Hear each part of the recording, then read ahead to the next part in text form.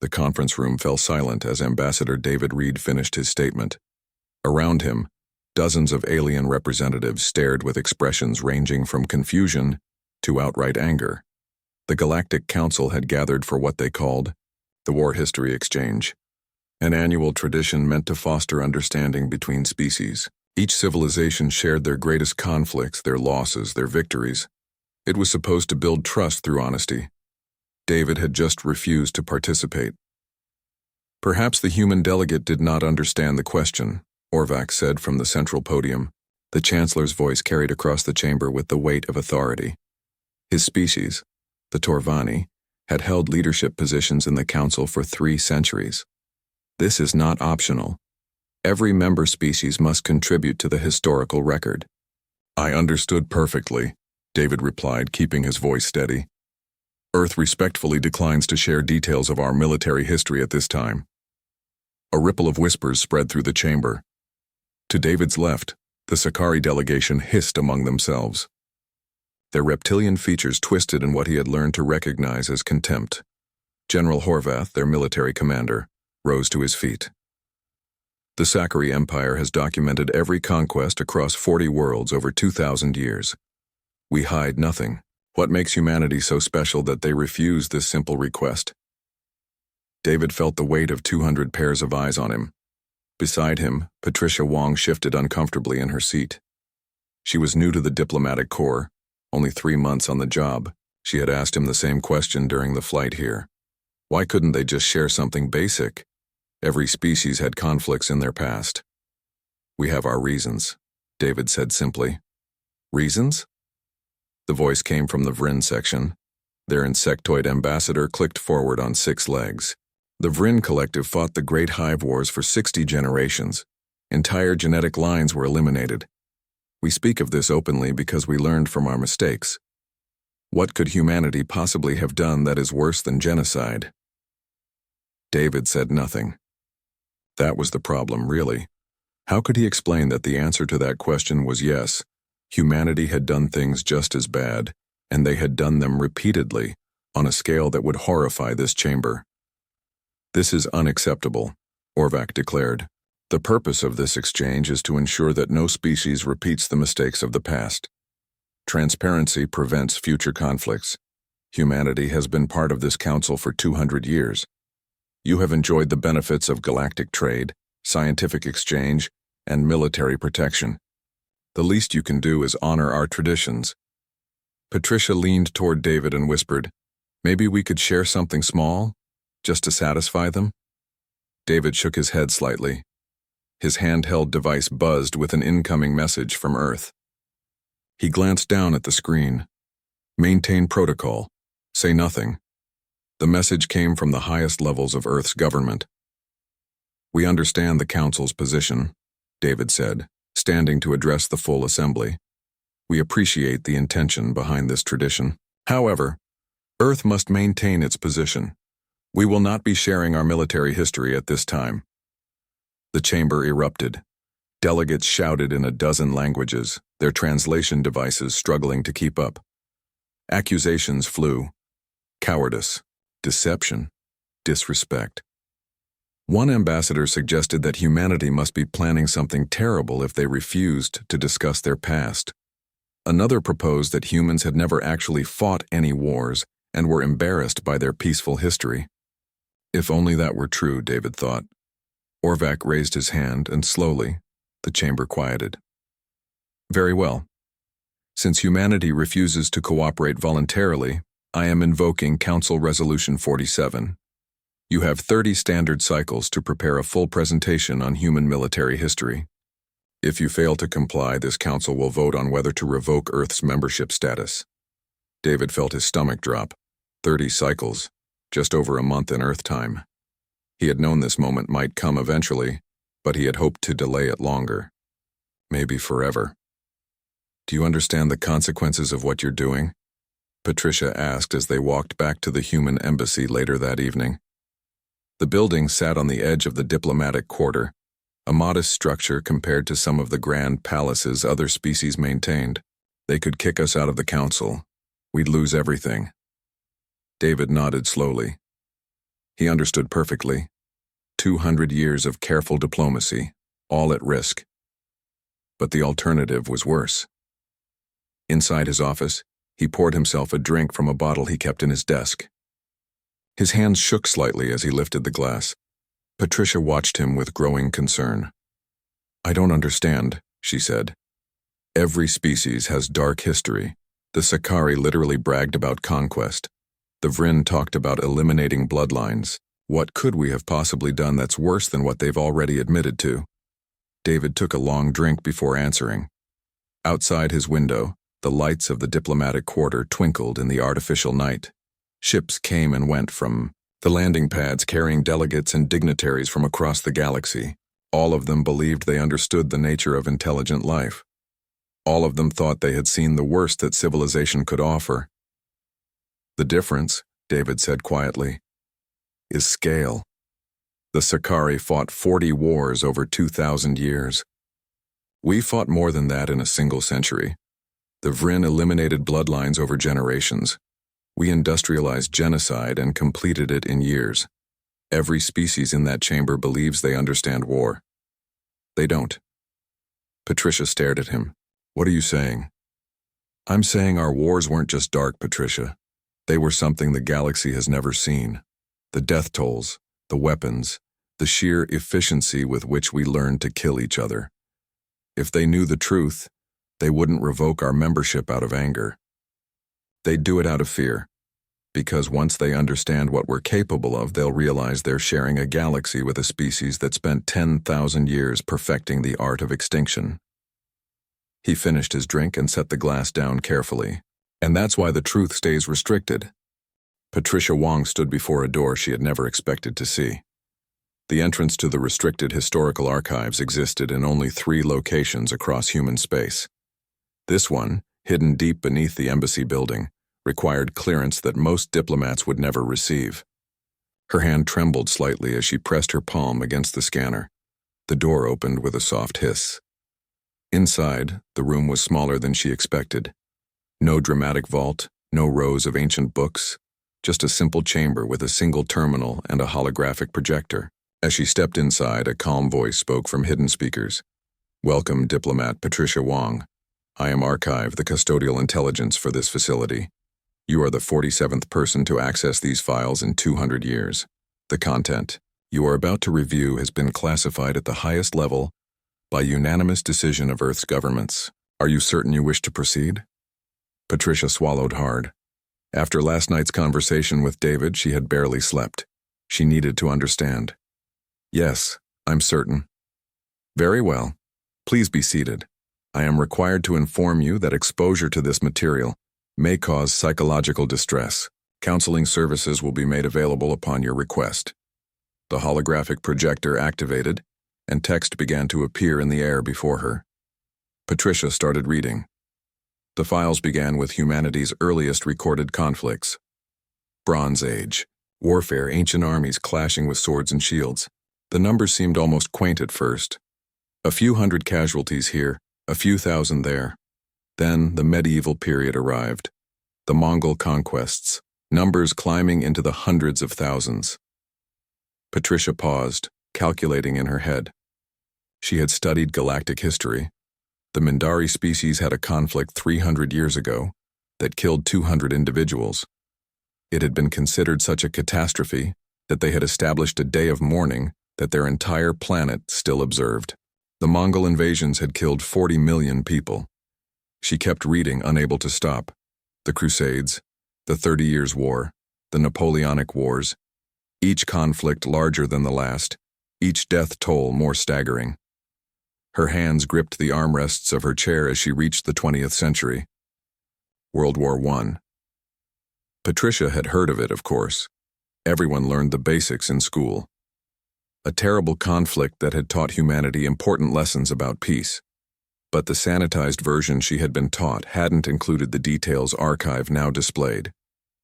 Trench warfare, poison gas, machine guns cutting down thousands of men in single battles, 20 million dead.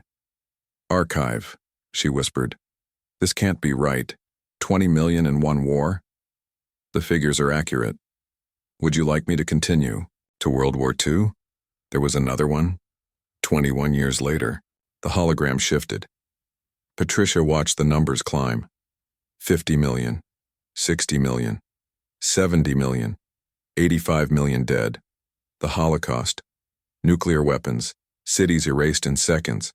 She felt bile rising in her throat. "Stop," she gasped. "I need a moment." But the images kept coming, unbidden now, as Archive continued the presentation. Korea, Vietnam, Cambodia, Rwanda, Bosnia, Syria, Afghanistan, Iraq. The conflicts blurred together, each one adding to the incomprehensible total. Patricia realized she was crying. She also realized that Archive had only shown her the major wars. The summary data indicated hundreds of smaller conflicts, genocides, ethnic cleansings, terrorist attacks. "How many?" she asked, her voice barely audible. "Total, across all of human history. How many people did we kill?" Archive paused before responding. Estimates vary based on historical methodology. Conservative figures suggest approximately 1 billion casualties from warfare and associated violence over recorded history. This does not include deaths from war-related famine and disease. Patricia ran from the chair and vomited in a disposal unit in the corner. Her whole body shook. 1 billion. The entire population of the Vrin Collective was 3 billion. Humanity had killed the equivalent of a third of another species' total population, and they had done it to themselves. She heard the door open behind her. David's voice, quiet and sad, reached her ears. "Now you understand." She couldn't look at him. "Why didn't anyone tell us? Why isn't this taught?" "It is taught," David said, "just not the details. We teach the lessons. We talk about the importance of peace, the dangers of hatred, the need for understanding, but we don't show people the numbers. We don't make them stare at the body counts. Because if every human truly understood the scale of what we've done, we might not trust ourselves anymore." Patricia finally turned to face him. His eyes were red, as if he'd been crying too. "How long have you known?" "Since I joined the diplomatic corps 20 years ago. Everyone at my level gets clearance eventually. We need to understand why we stay silent, why we can never ever let the galaxy know the truth." "But why?" Patricia demanded. "The other species have committed atrocities too. The Sakari conquered 40 worlds. The Sakari conquered 40 worlds over 2,000 years, David interrupted. We conquered more than that in a single century during our colonial period. The Vrin eliminated bloodlines over 60 generations. We industrialized genocide and completed it in less than a decade. Do you understand the difference, Patricia? It's not that we're unique in our capacity for violence. It's that we're uniquely efficient at it." Archive spoke again, the calm voice almost apologetic. "There is more, Diplomat Wang. The weapons documentation. Would you like me to continue?" "No," David said firmly. "She's seen enough for now." He helped Patricia to her feet, supporting her weight as she struggled to stand. "Come on. Let's get you out of here." As they walked toward the door, Patricia stopped. "David, what happens if we tell them? What happens if we show the council what you just showed me?" David's expression hardened. "There's a file Archive didn't show you. Xenopsychology reports. When the Vrin first learned that one human war killed 85 million, their diplomatic team recommended immediate quarantine of Earth. When the Sakari heard about nuclear weapons, they voted for preemptive containment protocols. And those were just reactions to summaries. If they saw the full details, if they understood the complete picture. They'd treat us like monsters," Patricia finished. "Worse," David said. "They'd treat us like an extinction-level threat, and they'd be right to do so. The only reason they tolerate us now is because they don't know what we are, what we were, what we might become again if we're not careful." They stepped out of the archives, and the door sealed behind them with a finality that seemed symbolic. Patricia leaned against the wall, trying to process everything she had seen. "The deadline," she said suddenly. 30 cycles. What are we going to do?" David didn't answer immediately. When he finally spoke, his voice carried the weight of someone who had been dreading this moment for years. "We're going to tell them. Not everything. Not the full horror. but enough to make them understand why we stay silent. We're going to select one representative to view the restricted files, someone wise, someone compassionate, and we're going to pray that they can live with what they learn. Who? Patricia asked. The Mindari philosopher Talus. They're known for their wisdom and their capacity for empathy. If anyone can understand and still see us as something other than monsters, it's them. Patricia closed her eyes. She thought about Talus, about the gentle species that had lost 200 people in their worst disaster. She thought about what archive would show them. The trenches, the gas chambers, the mushroom clouds. We're going to break them, she whispered.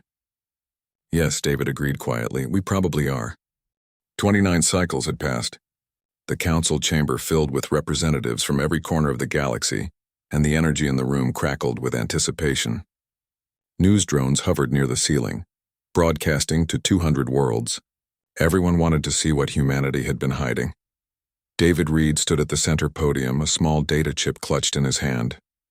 Behind him, Patricia Wong waited with 3 security officers and a human historian named Dr. Raymond Foster.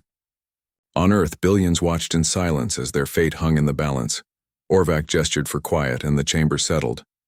The deadline has arrived. Ambassador Reed, humanity has had sufficient time to prepare.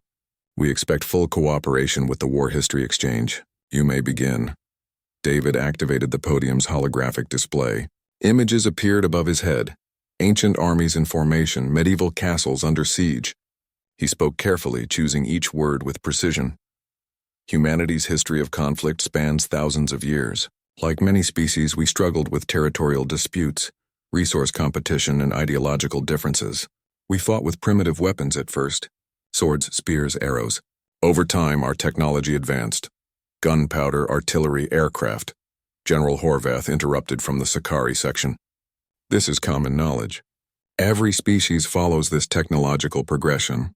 Get to the specifics. Your casualties, your tactics, your weapons of mass destruction.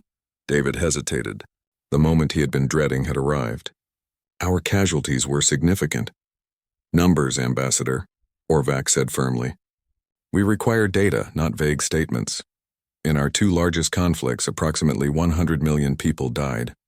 The chamber erupted in shocked murmurs. Horvath's translator made several attempts to process the figure. A Vryn delegate clicked urgently to their neighbors.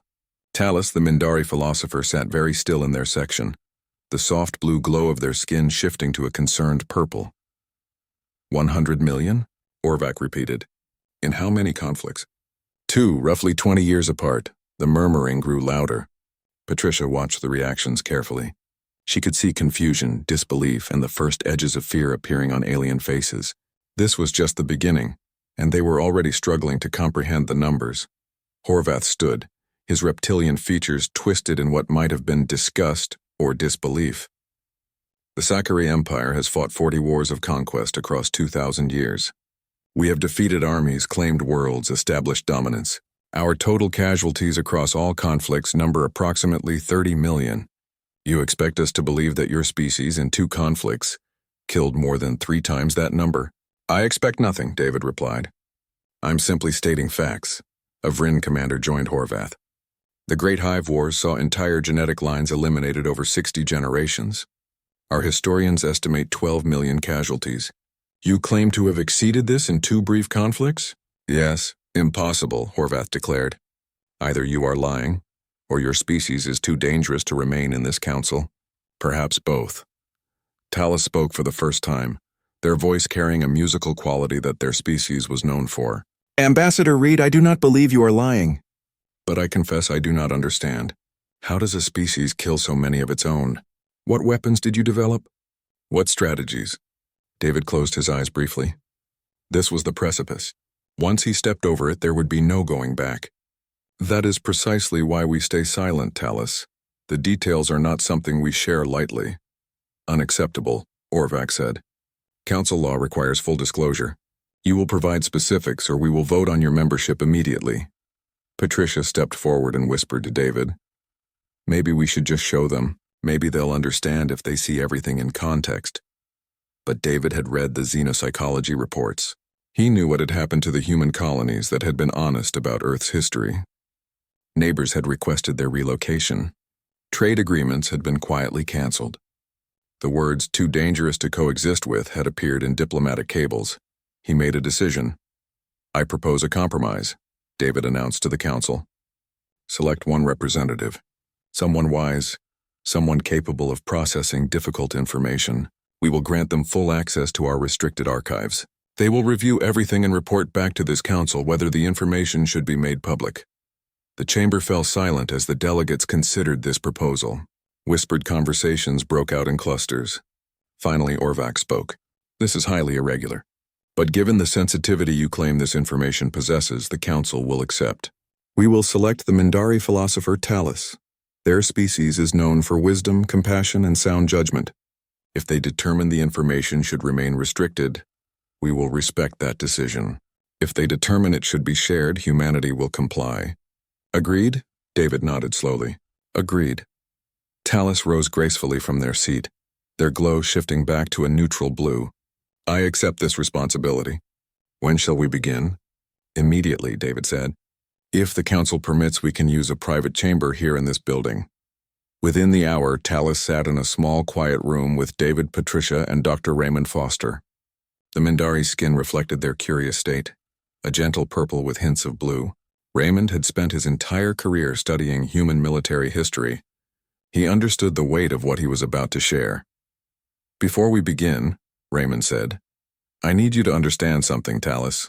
The history you're about to hear is not from a single world or a single era. It's not an aberration or a unique event. It's a pattern, a recurring pattern that dominated human civilization for thousands of years." Talus nodded slowly. "I am prepared." "I hope you are," Raymond said quietly.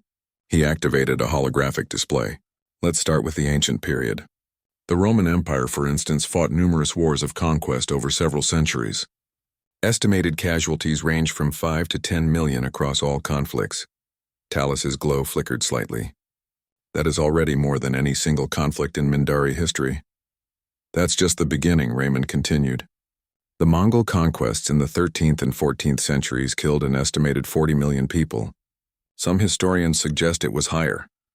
The blue in Talus's glow dimmed. 40 million? How is that possible? "Advanced tactics, psychological warfare, and systematic destruction of population centers," Raymond explained. "But those numbers pale in comparison to what came later. In the 20th century, human warfare became industrialized. World War I lasted 4 years and killed 20 million people. Poison gas, machine guns, artillery bombardments that turned landscapes into nightmares." Talus's glow began flickering between colors rapidly, a sign of emotional distress. 20 million in 4 years? That's 5 million per year. That's more than your entire species population," Patricia said softly. Raymond continued, his voice taking on a heavy quality. 21 years later, World War II began. It lasted 6 years. 85 million people died. It included the systematic genocide of 6 million people based on their ethnicity. It ended with the use of nuclear weapons, bombs capable of destroying entire cities in seconds. Talus stopped glowing entirely. In Mindari physiology, this represented a trauma response, the body's automatic reaction to information it couldn't process. Their voice, when they finally spoke, was barely a whisper. "Stop, please stop. This cannot be real." But Raymond didn't stop. He couldn't. They needed Talus to understand the complete picture. "Those weren't even our only wars during those periods," he said. "Smaller conflicts continued across the globe. And after World War II, the wars didn't stop. Korea, Vietnam, countless others. Humanity was at war somewhere on Earth almost continuously for the entire 20th century. Talus stood abruptly, their body trembling. "I need time. I need to process this." "I cannot." David rose with them. "Take all the time you need. The files are available for your review. Archive will answer any questions." As Talus moved toward the door, they paused and turned back. "How do you live with this knowledge? How does any human sleep at night knowing what your species has done?" David's response was quiet, almost gentle. "Most of us don't know the full details. We teach the lessons, but not the nightmares. We show the memorials, but not the body counts. Because if every human truly understood what we're capable of, we might not trust ourselves anymore. And trust is the only thing standing between our past and our future. Talus left the room without another word. Patricia looked at David and Raymond. "That went about as well as we expected," she said. Raymond nodded grimly. "And we only covered the major wars. Wait until they find the rest." 3 cycles had passed since Talus entered the private chamber. The Mindari philosopher had not emerged. Guards reported hearing sounds from within, soft harmonic tones that Mindari made when experiencing deep grief. The council grew restless. Delegates demanded updates. Some suggested that humans had somehow manipulated or threatened their chosen representative. Patricia stood outside Talus's door, listening to the mournful sounds. She had been standing there for nearly an hour, gathering the courage to enter. Finally, she pressed the access panel and stepped inside without waiting for permission. The room looked like a disaster had struck. Holographic displays covered every surface, frozen on images of destruction. Talus sat in the center of it all, surrounded by data, their skin a sickly gray color that Patricia had never seen before. The Mindari was reviewing footage from the Holocaust, their bodies shaking as the images played. "Talus," Patricia said softly, "you need to rest." "I cannot rest," Talus replied without looking up. "I found more. After Dr. Foster stopped the presentation, I accessed the complete archives. There is so much more. Rwanda, Cambodia, Bosnia, the Armenian genocide. The list never ends." Patricia moved closer and saw what Talus was reviewing. Gas chambers, mass graves, emaciated bodies stacked like firewood. She gently reached out and paused the display. "You don't have to see all of this." "Yes, I do," Talus said, their voice hollow. "I am the council's chosen representative. I must understand the complete truth." "But Patricia, I don't understand how this is possible. The Mindari's worst tragedy killed 200 people in a border accident. We mourn them every year. We built monuments. We teach our children about the importance of preventing such disasters. 200 people, and it shaped our entire civilization. You're showing me conflicts where 200 people died before breakfast." Patricia knelt beside Talus. "I know. I had the same reaction when I first saw these files.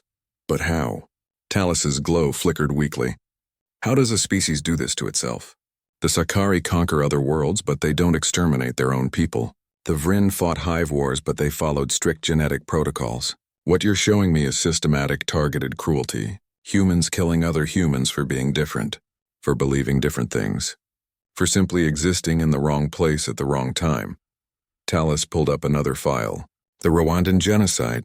800,000 people killed in 100 days. Neighbors murdering neighbors with machetes. Children killed in front of their parents.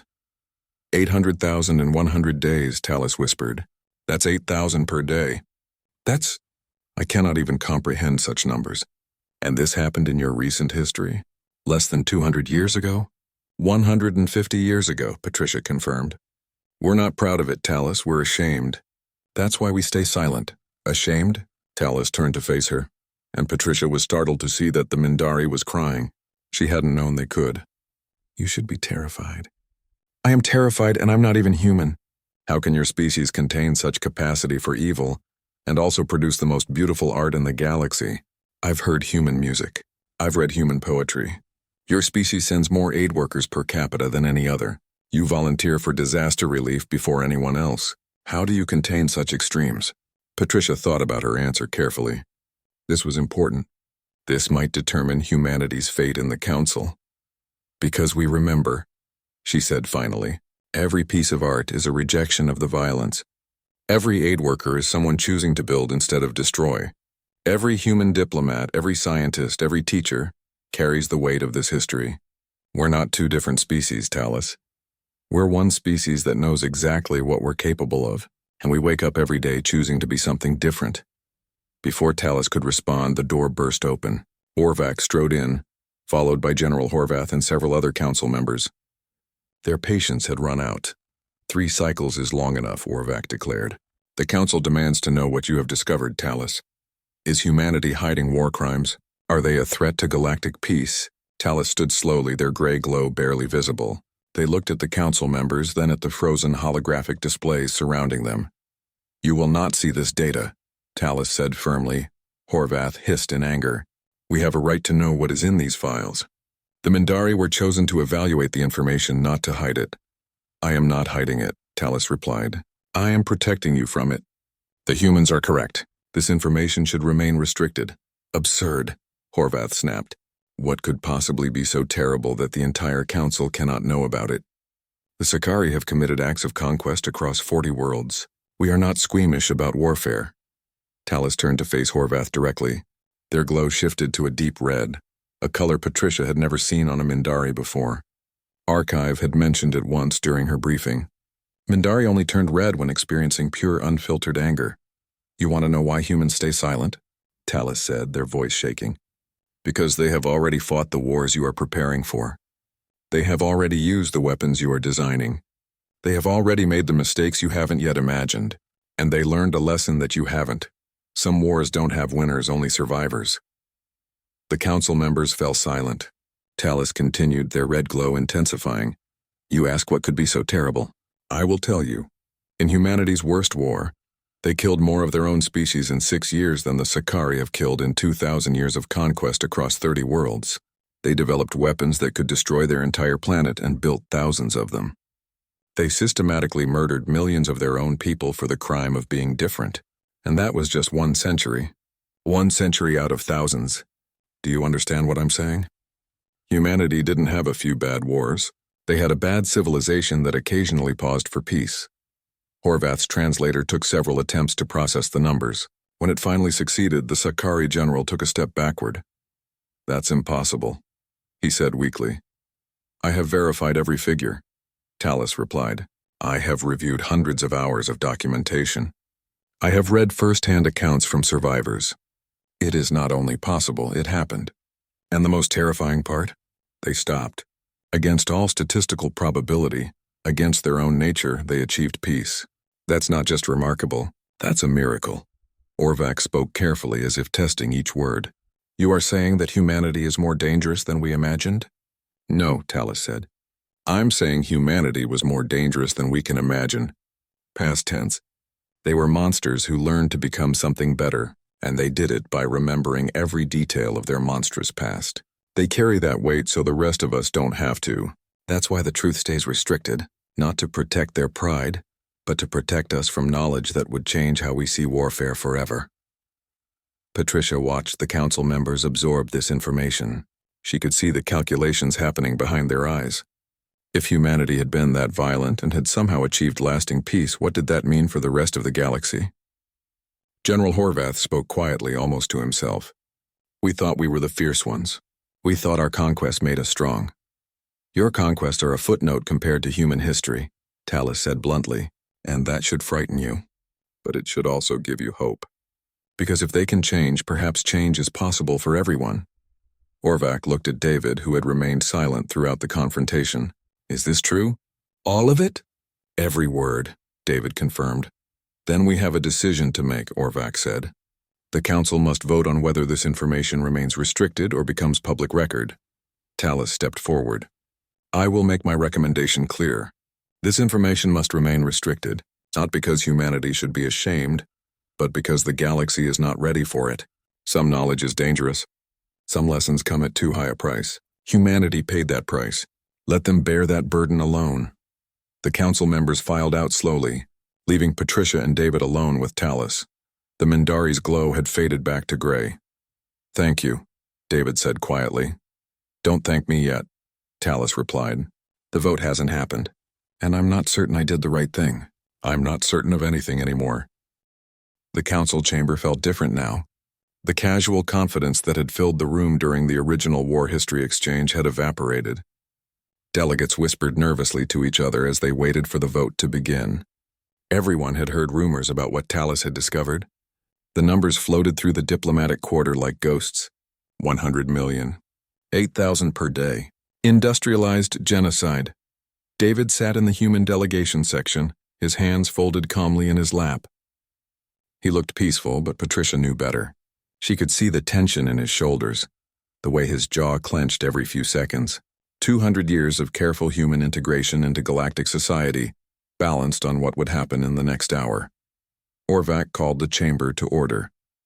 We are here to vote on Resolution 891, whether humanity's military history will remain classified or become part of the public council record.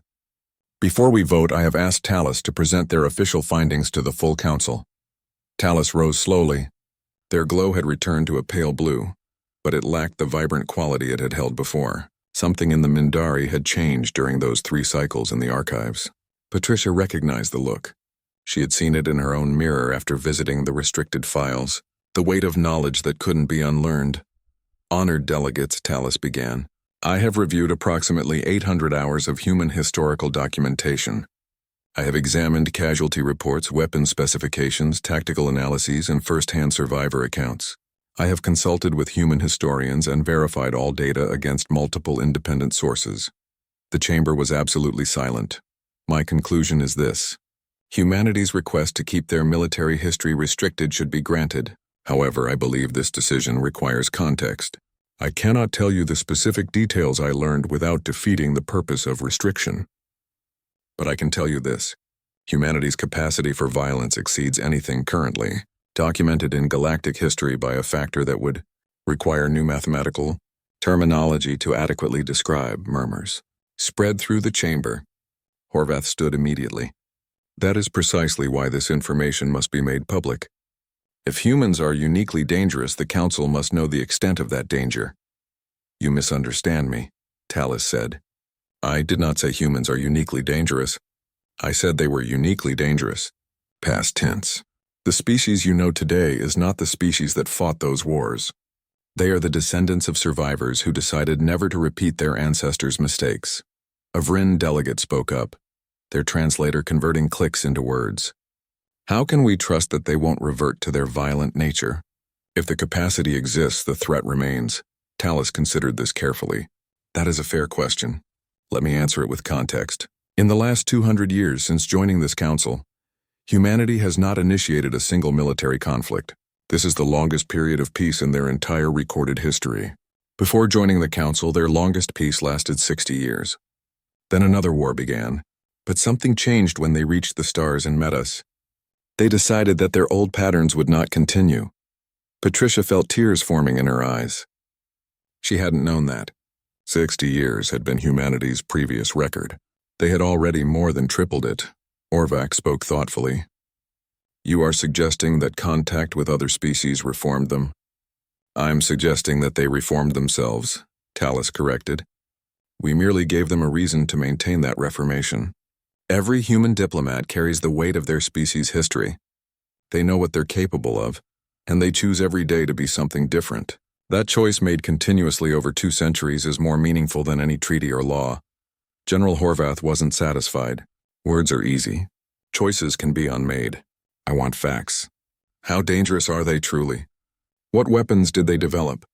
Talus's glow shifted to that deep red again. You want facts, General? Very well. Humanity developed weapons capable of rendering their entire planet uninhabitable. They built thousands of these weapons and aimed them at themselves. They created doctrines of warfare that assumed complete annihilation as an acceptable outcome. They industrialized killing to the point where individual deaths became statistics too large to comprehend. Is that factual enough for you? The chamber fell into stunned silence. Horvath sat down slowly, his reptilian features showing something that might have been fear. But here is the fact that matters most. Talus continued, their glow softening slightly. They stopped. They looked at what they had become and said no. They dismantled most of those terrible weapons. They established laws to prevent future atrocities. They taught their children that the old ways were wrong. And they succeeded. For 200 years they have succeeded. That is the fact you should focus on, General. Not their capacity for violence, but their capacity for change. Patricia watched the delegates process this information. She could see the calculation happening in real time. Fear battling with hope. Suspicion fighting with respect. This was the moment that would define humanity's place in the galaxy for generations to come. A delegate from the peaceful Torvani species spoke. Talus, you have seen things that disturbed you greatly. We can all see that. Yet you advocate for keeping this information hidden. Why? Because some knowledge spreads like a disease, Talus replied. Humanity learned how to kill efficiently through thousands of years of terrible experience. Those lessons, if shared, could accelerate other species down similar paths. Why should the Sakari learn in decades what took humanity centuries to perfect? Why should the Vryn study tactics that humanity now regrets? The information isn't just shocking. It's dangerous in the wrong hands, and I'm not certain any hands are the right ones. Orvac nodded slowly. You make a compelling argument. However, complete restriction may not be appropriate. What if we compromise? The information remains classified, but species leadership can request private briefings. These briefings would include psychological preparation and mandatory counseling afterward. Access would be controlled and monitored. Would this be acceptable? David stood. Speaking for Earth, we find this compromise acceptable. We never wanted complete secrecy. We wanted responsible handling of sensitive information. This achieves that goal, Talus agreed. I support this compromise. However, I recommend that I personally conduct the first several briefings. I have already borne the psychological cost of learning this information. I can help others process it more safely. You would do this? Orvac asked. Even after what you've experienced? Especially because of what I've experienced, Talus said. Humanity has carried this burden alone for 200 years. If this compromise means they'll have help carrying it, then I volunteer. Some weights are too heavy for one species to bear alone. Patricia felt her throat tighten. She hadn't expected this. Talus had been traumatized by the information, had turned gray from the stress, had wept at the horror. Yet here they were, volunteering to experience it again to help others understand. Orvac called for the vote. All those in favor of Resolution 891 amended, restricted access to human military history with controlled briefings for species leadership. The votes came in slowly. Some delegates hesitated, clearly torn between curiosity and caution, but gradually a pattern emerged. Species after species voted in favor of the restriction. Even General Horvath, after a long pause, voted yes. The final tally appeared on the main display. The compromise had passed with 78% support. Orvac announced the results. By majority vote, human military history will remain restricted with controlled access. Humanity's membership in this council is affirmed. This session is concluded. As delegates filed out, Horvath approached David. The Sakari general looked different somehow. Smaller. Less certain. I thought you were cowards, Horvath said quietly. I was wrong. You're something more disturbing. You're reformed monsters who remember every detail of being monsters. David didn't flinch. Yes, and that's why we'll never let it happen again. Can you say the same about your conquest, General? Do you remember the faces of the people you conquered? Do you carry their weight? Horvath had no answer. He simply turned and walked away. Talus approached as the chamber emptied. Ambassador Reed, I need you to understand something. I will help others learn this information, but I will never forget what I've seen. Part of me wishes I had never looked. But another part is grateful that I did, because now I understand what humanity has overcome, and that gives me hope that change is possible for all of us. David extended his hand in the human gesture of respect. Talus took it carefully. Thank you, David said, for seeing us as more than our worst moments. Thank you, Talus replied, for becoming more than your worst moments. 6 months had passed since the council vote. Patricia stood in what had become her office, a small room adjacent to the restricted archives. The door displayed a simple sign, Historical Briefing Program, Director Patricia Wong. She still couldn't quite believe this was her job now. The notification on her desk chimed softly. Another request for a briefing. She pulled up the file and felt her stomach drop. The Lumesh Collective, a crystalline species known for their aggressive territorial expansion, wanted to learn about human warfare. They were currently in a border dispute with a neighboring species and wanted to understand human tactical approaches. This was exactly what the restrictions were meant to prevent. Patricia forwarded the request to David with a note. Thoughts? This feels dangerous. His reply came within minutes. Deny it. Send them the standard response about psychological evaluation first. If they pass, Talus handles the briefing. Make sure they understand they're not going to learn tactics. They're going to learn why tactics aren't the answer. Patricia composed the response carefully, then turned her attention to the day's scheduled briefing. A young military officer from the Vryn Collective named Salis had requested to understand human military history. The psychological evaluation had cleared them, and Talus had agreed to conduct the session. She walked to the briefing room, where Talus was already setting up the displays. The Mindari's glow had returned to something close to normal, though Patricia noticed it never quite reached the brightness it had held before their first exposure to the archives. Some scars didn't fade. Are you ready for this? Patricia asked. Tallis nodded slowly. I've conducted 11 briefings now. Each one is difficult, but I've learned how to help them process the information. Salis is young, curious, and according to their evaluation, possesses strong emotional resilience. They should handle it better than most. An hour later, Patricia heard crying through the door. Not the harmonic Mindari grief sounds she had grown accustomed to, but the clicking, chittering sounds of Vryn emotional distress. She waited outside, ready to intervene if necessary, but Tallis had made it clear that interrupting the process could be harmful. When Salis finally emerged, their compound eyes were clouded, a physical sign of Vryn tears. They looked at Patricia and spoke through their translator. We thought we were fierce. We thought our hive wars made us strong warriors. But we're children playing with sticks compared to what humans did to each other. That's not the lesson you're supposed to learn, Patricia said gently. The lesson is that strength doesn't come from fighting. It comes from stopping. Salis nodded slowly. I understand now. I understand why you stay silent. If my people knew how to kill as efficiently as humans learn to kill, we would use that knowledge. We're not ready for it. Perhaps we never will be. After Salis left, Patricia joined Tallis in the briefing room. The Mindari was cleaning up the displays, moving slowly as if exhausted. Another successful session, Tallis said without enthusiasm. You don't have to keep doing this, Patricia reminded them. We can train other briefing officers. No, Tallis said firmly.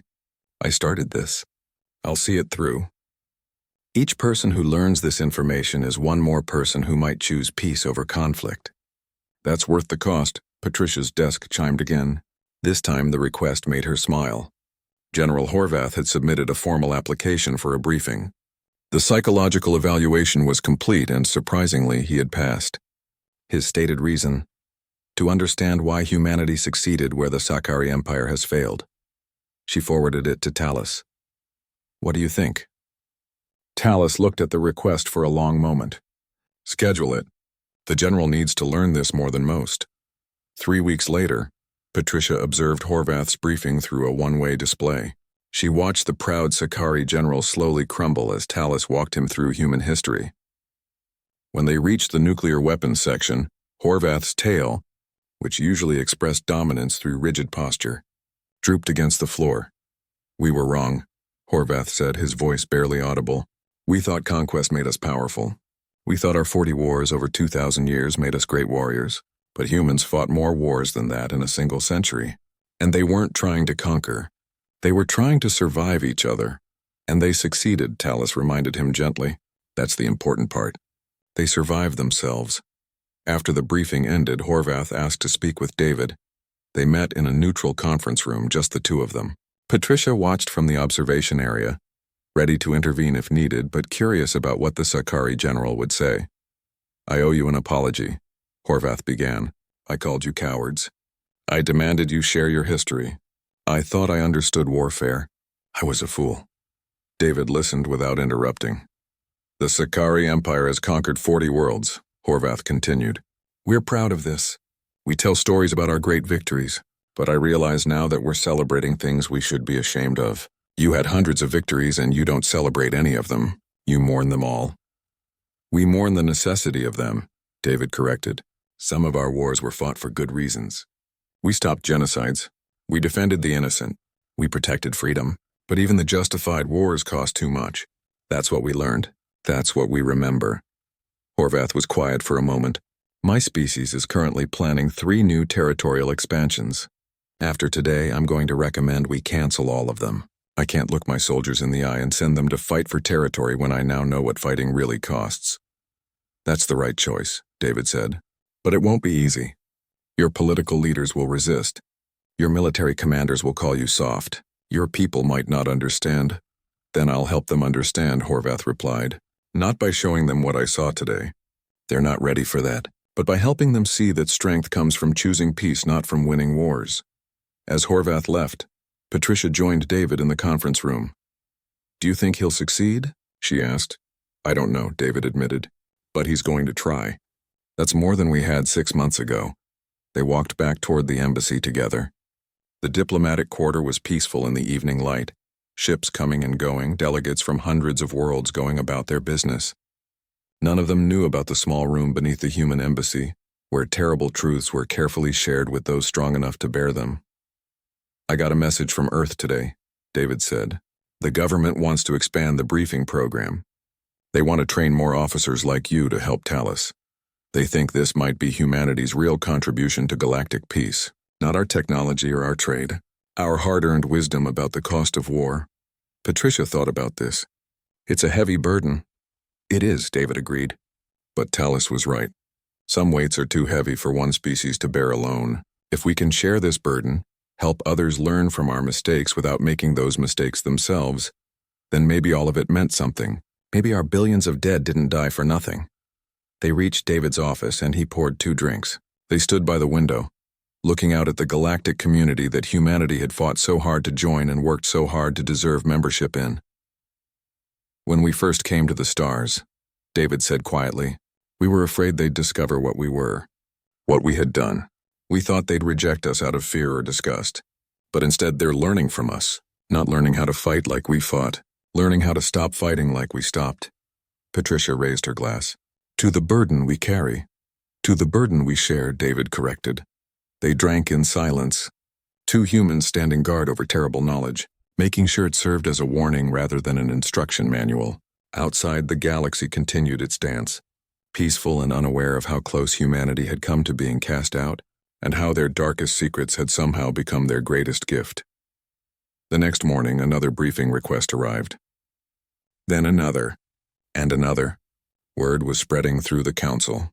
Species wanted to understand. They wanted to learn. Not tactics or weapons, but wisdom earned through blood and paid for with centuries of mistakes. Patricia looked at the growing list and felt the weight of responsibility settle onto her shoulders. But unlike the weight of secrets, this felt different. This felt like purpose. When asked why humans stayed silent about war, the truth had been restricted. Not to hide humanity's shame, but to protect the galaxy from learning lessons that had cost Earth more than any species should have to pay. But now, carefully, responsibly, with proper support and understanding, those lessons were being shared. Some knowledge was dangerous. Some knowledge was a burden. But some knowledge, carried properly and shared wisely, could prevent the next species from walking the same bloody path that humanity had finally escaped. The truth remained restricted. But it was no longer hidden, and that made all the difference.